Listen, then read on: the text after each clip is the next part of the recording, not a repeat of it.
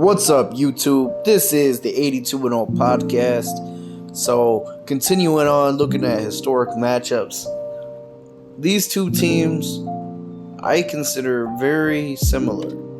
What I mean by that is, if you look back at 2011, everyone expected the Heat to win that year. And you look back at 2019, everybody expected the Warriors to win. I remember even when the Warriors-Raptors series started in 2019, I predicted the Raptors to win, and I got hate mail all day on Facebook. People messaging me like, "Oh, you're stupid, man. They're not going to win. You don't know what you're talking about." I believed in that Raptors squad. And I got to admit, I thought the Mavs didn't have a prayer against the Heat. And I'm glad they defeated the Heat, but we're going to talk about who wins in a matchup between these two teams. So let's get into it. The 2010-11 Mavs went 57-25. They were coached by Rick Carlisle. Their executive was Don Nelson. Now this team was 8th in offensive rating, 8th in defensive rating. And this was a team of Dirk and a lot of older stars.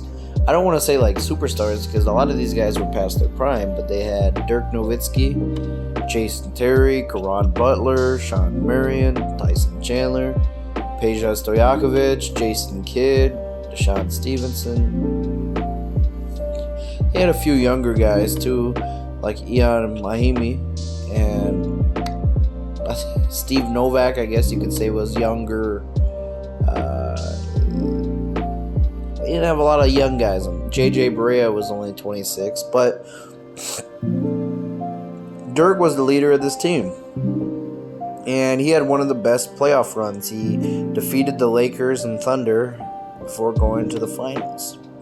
And realistically speaking, they probably should have lost to the Lakers. They probably should have lost to the Thunder. But they were on a mission. And when they were matched up with the Miami Heat, they were not favorites at all. And the Miami Heat blew a 2-1 lead. And the Mavs got their first championship. Now, the 2019 Raptors,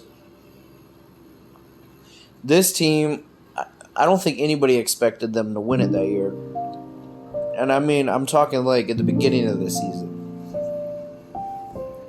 So what happened was, throughout the 2010s, DeMar DeRozan was the best player on the Toronto Raptors. And the Spurs had Kawhi Leonard, and they were growing frustrated with Kawhi Leonard. He had these injuries and he wasn't playing, so they decided to get rid of him. He demanded a trade, so he wanted to be traded to the Lakers, and Spurs ended up trading him to the Raptors.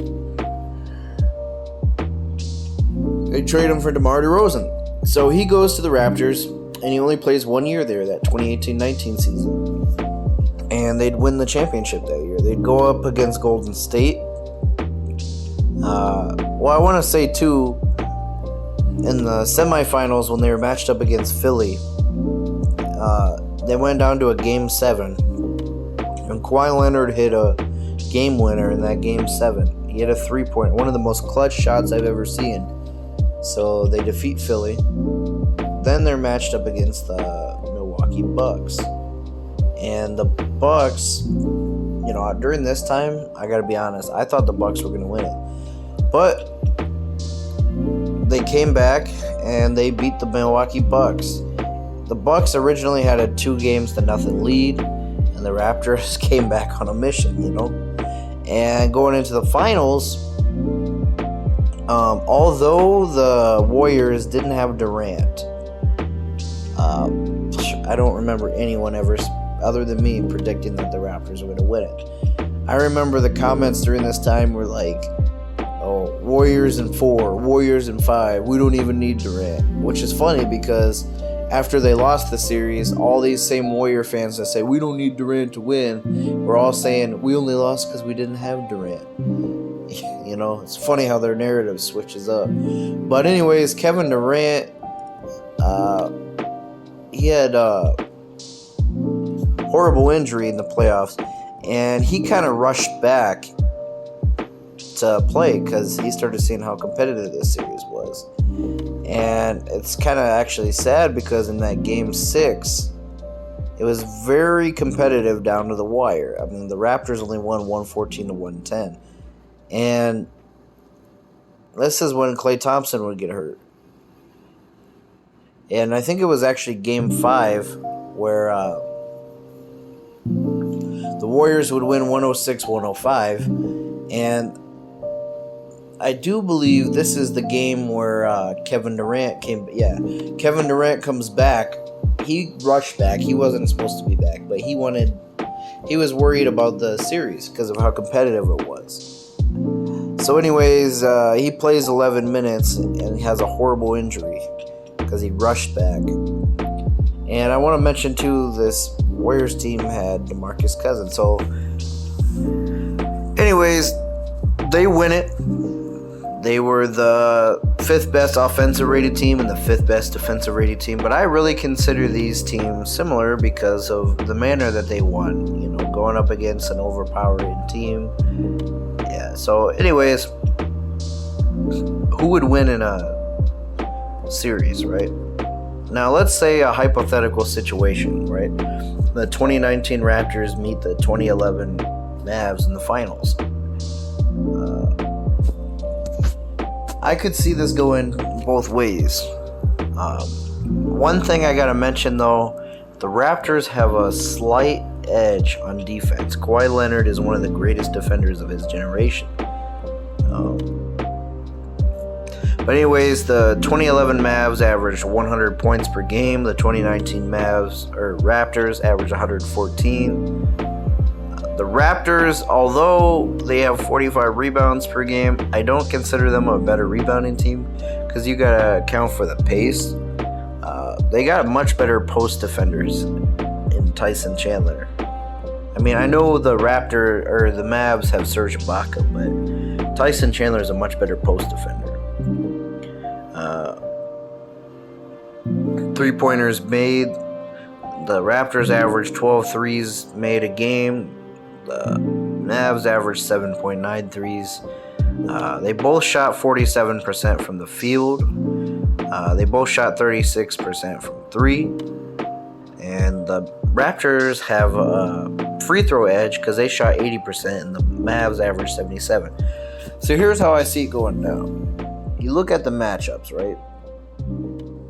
Both teams were pretty deep. Like the Raptors, for example, they had Fred VanVleet and Kyle Lowry at point guard. They had Danny Green, who was a great 3-and-D guy, at shooting guard. Norman Powell, who now is a pretty good player. Patrick McCaw. At small forward, they were playing C.J. Miles, OG Anunoby, Kawhi Leonard, and then at power forward, they had Pascal Siakam. At center, they would have Marc Gasol and Serge Ibaka. Although I want to mention something here. When they started the season, they had Jonas Valanciunas on the Raptors. But he was traded mid-season to the Memphis Grizzlies for Marc Gasol. And I really liked that trade that they got, you know. So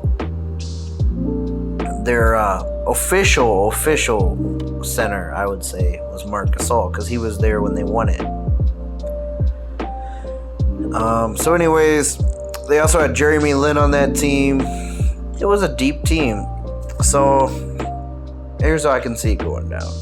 I think Kawhi Leonard and Sean Marion is going to be a good matchup because Sean Marion on the Mavs, he was still a good defender during this time. He wasn't what he was before, but he was a great defender still and a great rebounder.